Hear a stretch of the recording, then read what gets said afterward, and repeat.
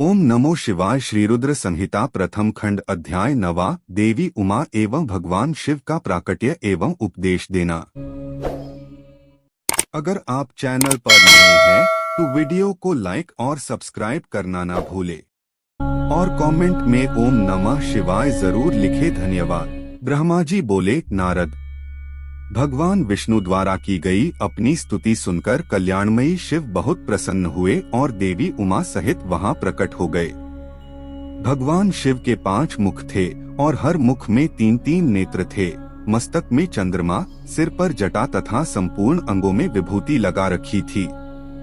10 भुजा वाले गले में नीलकंठ, आभूषणों से विभूषित और माथे पर भस्म का त्रिपुंड लगाए थे। उनका यह रूप मन को मोहित करने वाला और परम आनंदमयी था। महादेव जी के साथ भगवती उमा ने भी हमें दर्शन दिए। उनको देखकर मैंने और विष्णु जी पुनः उनकी स्तुति करनी शुरू कर दी। तब पापों का नाश करने वाले तथा अपने भक्तों पर सदा कृपा दृष्टि रखने वाले महेश्वर ने मुझे और भगवान विष्णु को श्वास से वेद का उपदेश दिया। तत्पश्चात उन्होंने हमें गुप्त ज्ञान प्रदान किया। वेद का ज्ञान प्राप्त कर कृतार्थ हुए विष्णु जी और मैंने भगवान शिव और देवी के सामने अपने दोनों हाथ जोड़कर नमस्कार किया तथा प्रार्थना की। विष्णु जी ने पूछा, हे देव, आप किस प्रकार प्रसन्न होते हैं तथा किस प्रकार आपकी पूजा और ध्यान करना चाहिए? कृपया कर हमें इसके बारे में बताएं तथा सदुपदेश देकर धन्य करें। ब्रह्मा जी कहते हैं, नारद, इस प्रकार श्रीहरि की यह बात सुनकर अत्यंत प्रसन्न हुए कृपानिधान शिव ने प्रीतिपूर्वक यह बात की। श्री शिव बोले, मैं तुम दोनों की भक्ति से बहुत प्रसन्न हूँ। मेरे इसी रूप का पूजन व चिंतन करना चाहिए। तुम दोनों महाबली हो। मेरे दाएं बाएं अंगों से तुम प्रकट हुए हो।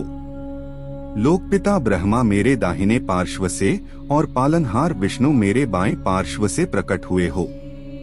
मैं तुम पर मैं भली भांति प्रसन्न हूँ और तुम्हें मनोवांछित फल देता हूँ।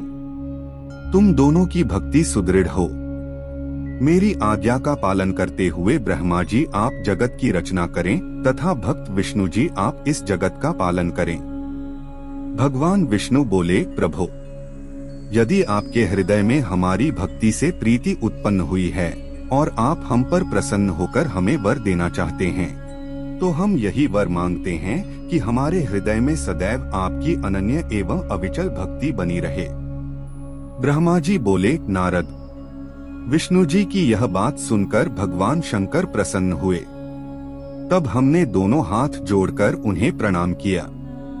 शिवजी कहते हैं, मैं सृष्टि, पालन और संहार का करता हूँ। मेरा स्वरूप सगुण और निर्गुण है। मैं ही सच्चिदानंद निर्विकार परम ब्रह्म और परमात्मा हूँ। सृष्टि की रचना, रक्षा और प्रलय रूप गुणों के कारण मैं ही ब्रह्मा, विष्णु और रुद्र नाम धारण कर 3 रूपों में विभक्त हुआ हूँ। मैं भक्त वत्सल हूँ और भक्तों की प्रार्थना को सदैव पूरी करता हूँ। मेरे इसी अंश से रुद्र की उत्पत्ति होगी। पूजा की विधि विधान की दृष्टि से हम में कोई अंतर नहीं होगा। विष्णु, ब्रह्मा और रुद्र तीनों एक रूप होंगे। इनमें भेद नहीं है। इनमें जो भेद मानेगा वह घोर नरक को भोगेगा। मेरा शिवरूप सनातन है तथा सभी का मूलभूत रूप है। यह सत्य ज्ञान एवं अनंत ब्रह्मा है।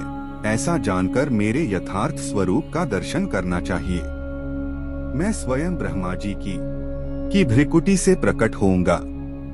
ब्रह्मा जी आप सृष्टि के निर्माता बनो। श्रीहरि विष्णु इसका पालन करें तथा मेरे अंश से प्रकट होने वाले रुद्र प्रलय करने वाले हैं। उमा नाम से विख्यात परमेश्वरी प्रकृति देवी है। इन्हीं की शक्तिभूता वाग्देवी सरस्वती ब्रह्मा जी की अर्धांगिनी होंगी और दूसरी देवी जो प्रकृति देवी से उत्पन्न होंगी लक्ष्मी रूप में विष्णु जी की शोभा बढ़ाएंगी तथा काली नाम से जो तीसरी शक्ति उत्पन्न होगी वह मेरे अंशभूत रुद्रदेव को प्राप्त होंगी। कार्य सिद्धि के लिए वे ज्योति रूप में प्रकट होंगी। उनका कार्य सृष्टि, पालन और संहार का संपादन है। मैं ही सृष्टि, पालन और संहार करने वाले रज आदि 3 गुणों द्वारा ब्रह्मा, विष्णु और रुद्र नाम से प्रसिद्ध हो 3 रूपों में प्रकट होता हूँ। तीनों लोकों का पालन करने वाले श्रीहरि अपने भीतर तमोगुण और बाहर सत्वगुण धारण करते हैं। त्रिलोक का संहार करने वाले रुद्रदेव भीतर सत्वगुण और बाहर तमोगुण धारण करते हैं तथा त्रिभुवन की सृष्टि करने वाले ब्रह्मा जी बाहर और भीतर से रजोगुणी हैं। इस प्रकार ब्रह्मा, विष्णु तथा रुद्र तीनों देवताओं में गुण हैं तो शिव गुणातीत माने जाते हैं। हे विष्णु, तुम मेरी आज्ञा से सृष्टि का प्रसन्नता पूर्वक पालन करो। ऐसा करने से तुम तीनों लोकों में पूजनीय होगे।